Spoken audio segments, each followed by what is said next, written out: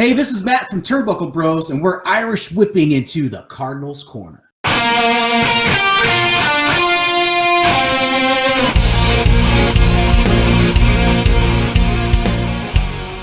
All right, welcome back to Turnbuckle Bros. I am your host, Matt Hewitt, and today is the first edition of many to come of the Cardinals corner. We have three big-time St. Louis Cardinals fans on the show today.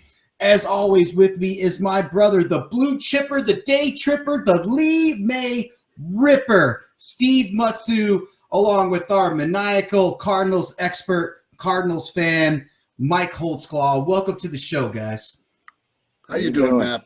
All right, we're doing awesome today. So let's get right into it. This is a hot time of the year when it comes to the majors, the Major League Baseball. It is free agency time, fire sale time. Every team in the league right now is looking to make deals. A lot of free agents out there. A lot of big signings have happened already. So this is the Cardinals corner. Let's get right into it. What do the Cardinals need to do this season? There are a lot of holes to fill. There's a lot of different theories from fans out here. Mike, what do the Cardinals need to do this offseason as far as maybe signing a free agent? What's your opinion on that? Where do the Cardinals need to look right now in the market? I think their first priority has got to be a starting pitcher. If not a number one, a top of the rotation starting pitcher. Marcus Strowman has been kicked around quite a bit, is very much a Cardinals type of guy. He throws ground balls. We've got a Gold Glove infield. He's not too old. He's more expensive than the Cardinals would usually go for, but I think they've got more money to spend this year, and I think he might be a guy they're looking at. But I think their top priority has got to be a starting pitcher at the top of the rotation. Steve, why do you think Marcus Strowman would be a great addition to the Cardinals? He's a perfect guy for the job. Sinker baller, ground baller. He's an automatic 170 innings. He's actually perfect for what we need. I totally agree with Mike.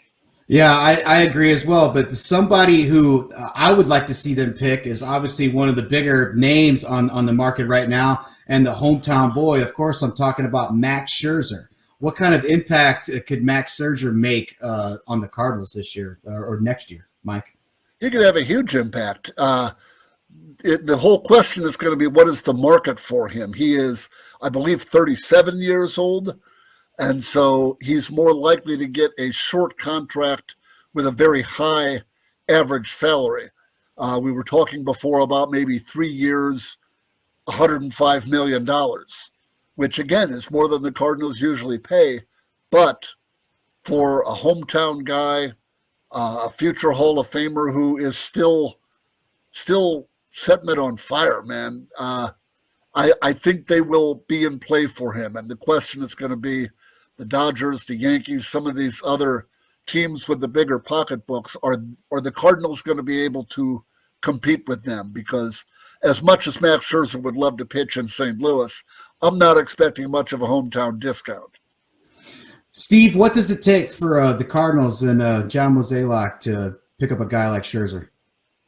It's going to take more than they're willing to pay, even though I think he would be worth it. The story, the hometown boys coming back to help Molina and Wainwright ride out in the sunset with the world championship. It's perfect. It would be they would sell all kinds of jerseys, but still he might get Trevor Bauer money or something for 3 years. He might be too much. He might be, but one thing to remember, I was thinking about moments ago, is that the Cardinals are going to have a lot of money freed up with a lot of these contracts that we're finally getting out of too. I believe there's a few guys that we've been paying for years that we're not paying for. Sure, Matt Carpenter and Carlos Martinez, but at the same time, they're going to be paying Tyler O'Neill more this year. They're going to be paying. There's a lot of guys. Not all of that money is going to be free money, to pursue free agents. But they're in a good position to spend this year. Well, we talked a little bit about pitching. There's another area that we've been discussing, and Cardinals fans everywhere have been discussing, the possibilities of upgrading already probably the greatest infield in the game right now, based off of the 5 Gold Gloves that the Cardinals won, a record 5 Gold Gloves for one team. No other team has ever done that before. The Cardinals pulled that off this year, minus the shortstop position. So there is a glaring, problem, if you will, at shortstop between Sosa and DeYoung. What does that look like for the Cards? Are they going to do something in that regard this year? Mike, what's your take on that? Well, I don't know if I'd call it a glaring problem. I think Sosa played very well at the end of the year.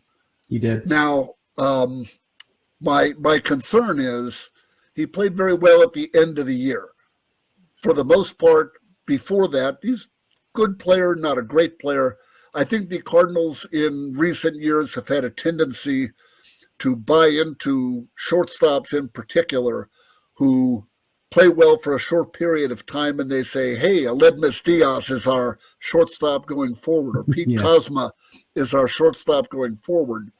And, I don't know if Sosa is going to be that or if he's someone we can count on. I would be fine with starting the season with Sosa at shortstop. The Cardinals, one of their top young prospects, Delvin Perez, is a shortstop. He's not going to be ready this year, but he's going to be ready soon, and that might dissuade them from trying to sign Trevor Story to 5 years, for example. There's a lot of good shortstops on the market. My biggest concern is I don't think they're going to spend on a top pitcher and a top shortstop. And if they're only going to spend on one, I would rather it be for that top of the order pitcher. Steve, should the Cardinals be looking at a shortstop this offseason?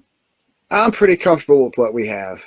Just stick with what we have. We can improve from within on the offensive side.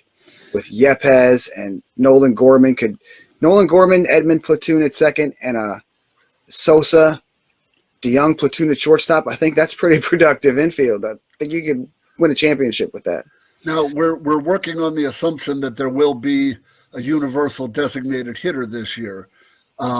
Steve, do you think the Cardinals should bring someone in from outside who can be a regular DH, or do you think they can get by with the guys already on the roster and guys coming up like Yepez?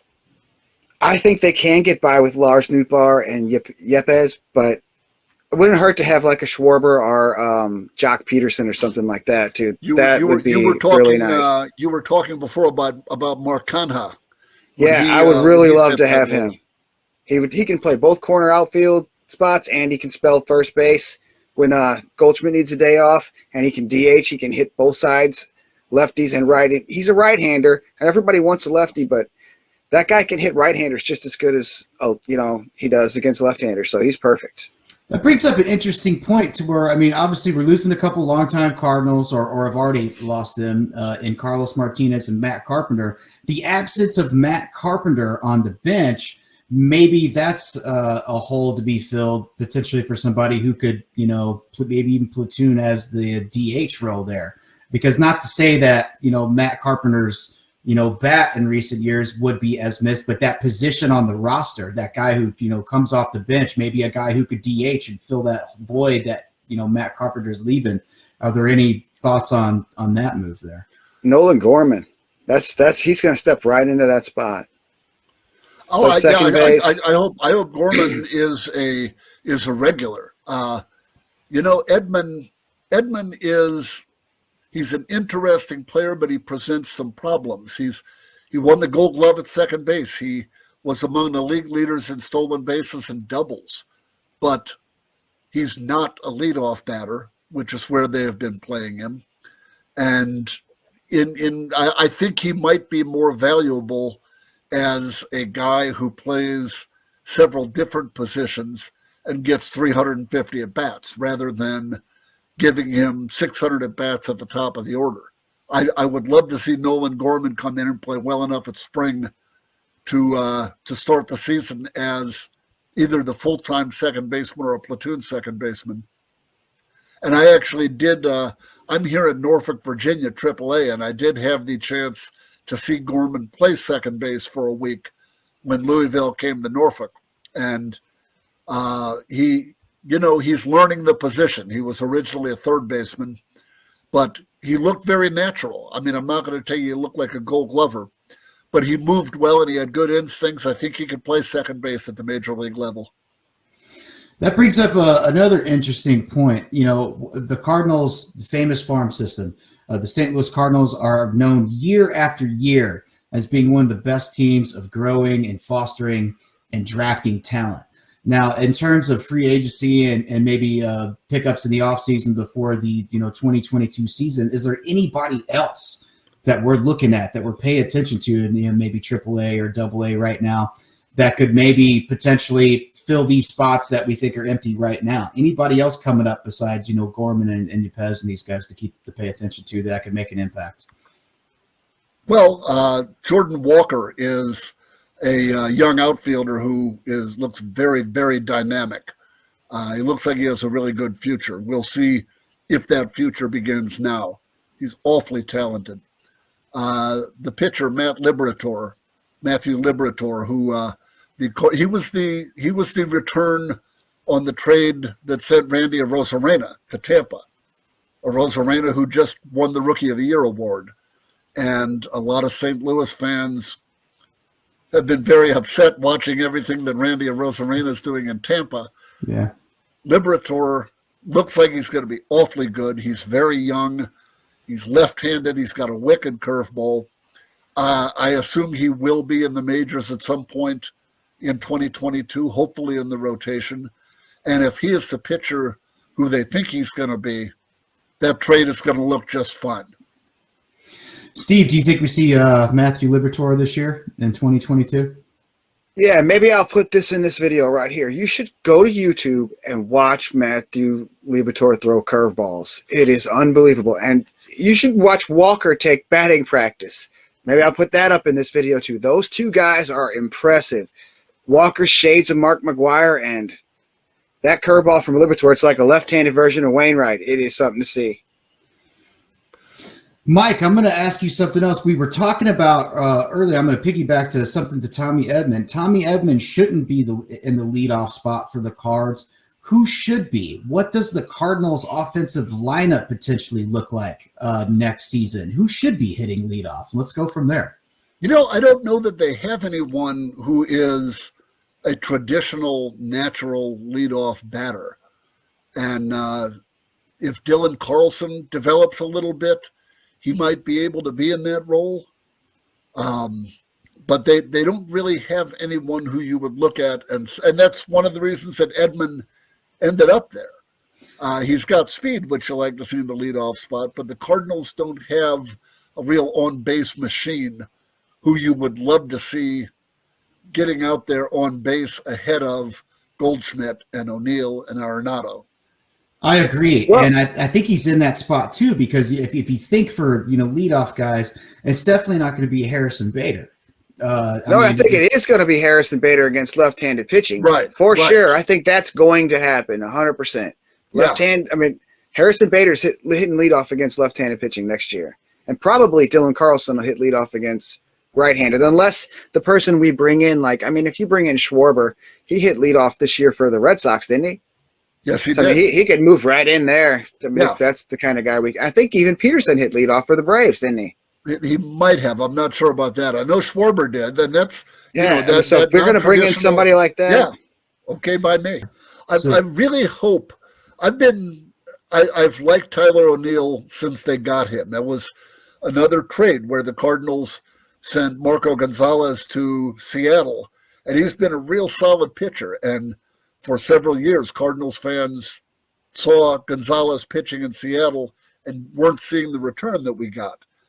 And, watching O'Neill play this year, he won a Gold Glove last year, but this year he came through as a hitter and a Gold Glove fielder. And I hope that what we saw this year was the real Tyler O'Neill.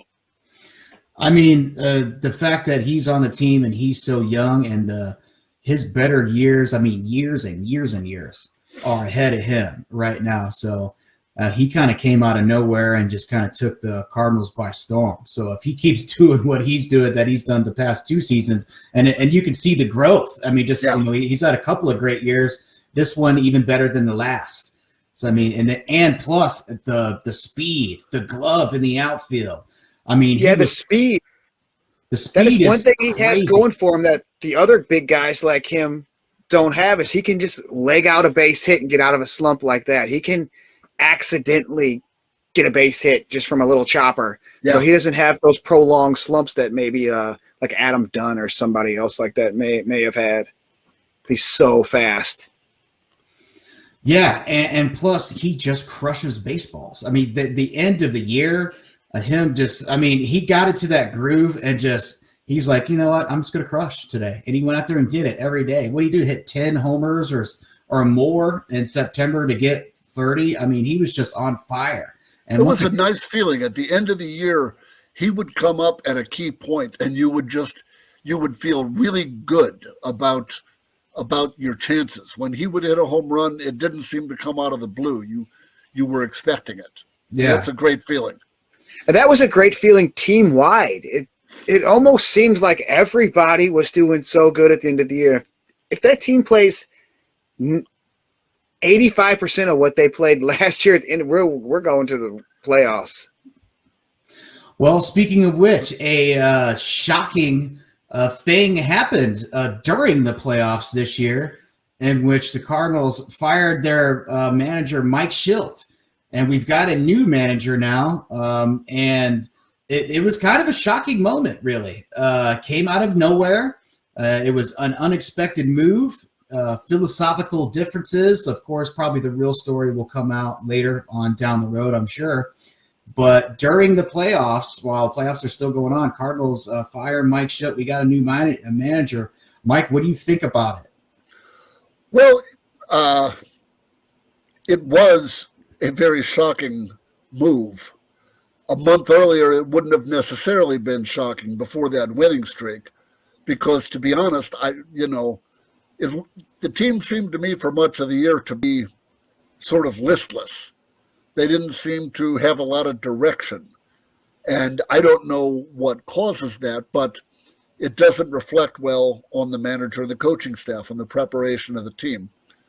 That winning streak solved a lot of stuff, but in the end, philosophical differences. The timing of it was so surprising. Apparently, they knew they were going to do it, and they were worried that it was going to come out before they announced it. So they announced it very quickly, right there during the playoffs. I'm intrigued by what Ollie Marmol brings to the team. On the other hand, the two previous managers were both, like Marmol, were relatively young guys who were groomed within the organization. They both ended up getting fired. I was kind of hoping they would look outside the organization for this hire. I wanted to see them bring in Carlos Beltran. Wow. But I'll be interested to see what this guy can do. Steve, what do you think about the move they made, and what kind of impact can Marmol potentially make here as the new manager of the St. Louis Cardinals? If you take that 17-game winning streak out, and if you guys just think back on that season, the lows of that season were low.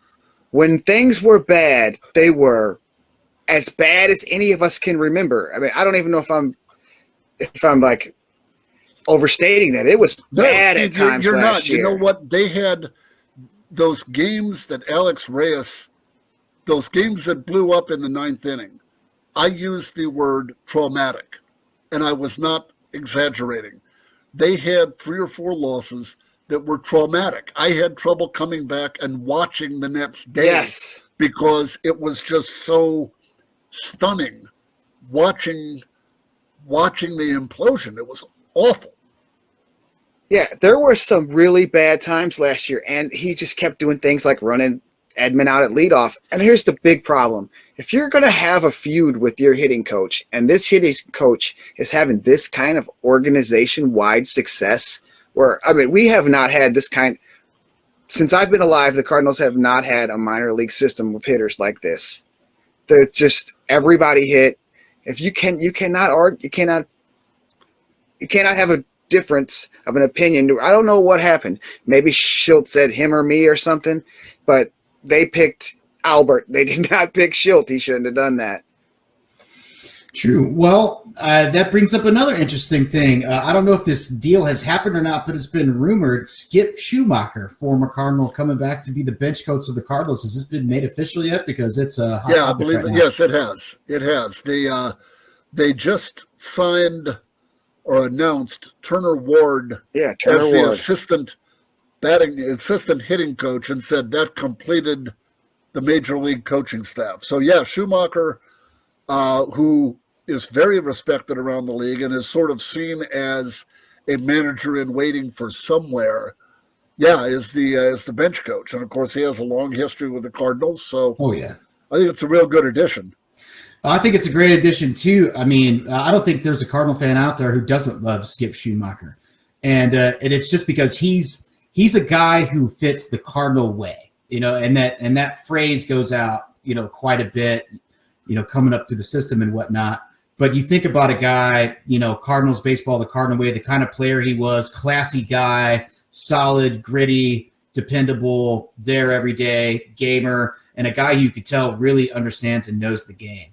I'm excited just as a fan for Skip Schumacher to be on the coaching staff. What do you think about that, Steve? Do you think a mind like Skip Schumacher is a good addition to the Cardinals coaching staff? Skip's always been a well-liked guy. I mean, he'll be a positive influence in the clubhouse. I don't know how long he'll be around because I think he wants to manage somewhere. But for this year, that was a good choice. Be a good guy to have in.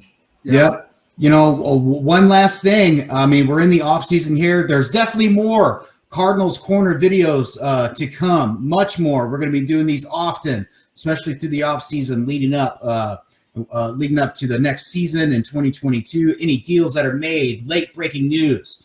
Cardinals Corner is going to be there to recap all the action. All right, with that being said, one last thing to talk about, either sadly or whatnot, 2022 will be the last season for both Adam Wainwright and Yadi and Wainos, not only as a Cardinal, but for their career. They both signed one-year contract extensions. It's going to be the last year of one of the greatest batteries of all time, Wainwright and Wainos. Being a huge Cardinal fan my whole life myself, it doesn't get any better than that.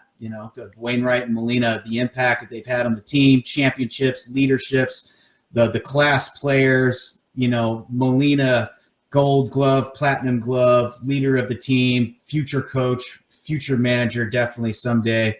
What do you feel about this, nostalgia-wise, Mike? Last year, Wainwright's, your man. So how does that make you feel? I love Wainos. I'm you can't see it, but my Cardinal shirt actually is an Adam Wainwright shirt. And God, how he pitched this past year. It was magical that he would go out there, start after start. And for a while, I kept thinking, boy, this is a nice little hot streak. And then he just did it game after game. He would go out and throw 90-pitch complete games and throw shutouts. He would come out and throw a complete game when they needed it. And there's a part of me, I want to see him go out on a good season. And I really hope he pitches well again next year. I don't want to see him get hit hard and we say, gosh, he should have gone out after 2021. Yeah. He's a smart guy. He knows his arm. He knows his body. He would not be coming back if he didn't feel confident. So I'm hoping he has a strong year. And, Molina is a likely Hall of Famer, one of the great defensive catchers of all time. He's, watching these two guys work together has just been a joy. And I'm looking forward to one more year. Wainwright and Wainos, status as legends as Cardinals. Steve, what does that mean to you? Most of the time when people talk about intangibles or like leadership in the clubhouse and all that stuff, most of the time that's overrated and nonsense, but not with Yadi or Wainos. Like, he really is the leader of that team. I mean, what he brings to that team you can hardly even describe. You have to watch him every day. You have to see it. You have to like see the press conferences, and you just have to be around. That's why people don't like Molina. The reason why other teams don't like Molina is the reason we all love him. Yeah. He's got every pitcher's back. Nobody's charging the mound, you know. I mean, he's going to be right there. Yeah. I mean, he's the perfect teammate, I think. But I also think he shouldn't bat fifth ever again. Let's get him down in the order where he belongs, somewhere lower. Like, I mean, I don't think Shildt just had the cojones to move Molina down in the order because he should have. He should have went way down. And I think this is the year he goes down. He might even hit ninth. And that brings up an interesting point too. You know, with this being Molina's last year, no longer being in the clubhouse anymore, that leadership is going to be gone. Well, maybe not. Maybe not. You know, the Cardinals have a long history of keeping guys like that around, keeping them in the organization. Look at Jose Oquendo. And even guys who don't have official spots in uniform, they tend to keep them around. Bob Gibson and Lou Brock were in that clubhouse, you know, until the year they died. And so to the extent that Molina wants to stay active in baseball and stay active in the organization, I think he is going to be a Cardinal for life. He may not be in uniform in 2023, but I would not be surprised at all if the Cardinals gave him a front office title somewhere in player development and just said, Yadi, your whole job is to just be around the players and around the clubhouse and rub off on them, affect the way they prepare for the game. Sprinkle some Yadi dust on them. Yeah, absolutely. I think maybe the reason why Skip Schumacher's here on a 1-year contract and it is on his way to becoming a major league manager is because maybe Yadi or Molina sitting in that bench coach spot. I can't talk right now. Bench coach spot next season. It's hard to say. Yeah, what I always thought Molina would end up being is because I can remember in years past, maybe the last couple of years, there's been a talk of, you know, Yadi retiring for a few seasons now. You know, I'd probably say about the last 3 years, maybe you'd throw Wainwright in on those conversations as well, but especially Molina. He's kind of expressed, you know, I don't really see myself as a manager. I like the idea of, you know, helping the younger talent, you know, stuff like that. But what I always thought he would, because what has he done the best? Work with pitchers, run that pitching staff. I believe that maybe the best spot that he could be in uniform someday is the Cardinals pitching coach. Could you imagine Yadi or Molina? Right? Yeah, Yadi or Molina could be the next Dave Duncan, longtime pitching coach of the Cardinals. Just imagine if he had Yadi or Molina being your pitching coach, what he basically is anyway. Yeah, on the field, and every pitcher, all these great pitchers, and everybody who's ever worked with them, you ask any one of them, see interviews with them, anything, they all talk about how they are substantially better as a pitcher after working with and just listening to Yadi. Hey, when I'm up there on the mound, I listen to Yadi. Yadi tells me to throw the pitch, I throw it because I know that's the best move to make right there. Yeah, I think Wainwright ends up in the broadcast booth, don't you? I do too, and he actually went right into the broadcast booth a little bit. He got his first little taste of it, and he did good. Yeah, and he's great. A natural. He's very easygoing, low key. It comes naturally to him. He talks just like he is talking to you or me. Right now, as Cardinal fans, we are blessed with some great color men. Rick Ankiel is great. Jim Edmonds is great. I mean, we have some great guys right now. And Adam Wainwright, he could just jump in with those guys. And Cardinals fans would know is that when he makes his appearances in the booth or, for the on cameras in the dugout, those are usually the best appearances of the year. Because as soon as Wainwright gets on the mic, he clowns everybody and does everything. And he's very colorful. And he's just a good guy. He's just a nice guy. He comes across well. But he throws in the humor and everything. So and whenever I know, Wainwright's going to spend the 7th inning in the booth or something with, John Rooney or with, Danny and Jim Edmonds or something, that's going to be a great 7th inning with Waino in the booth.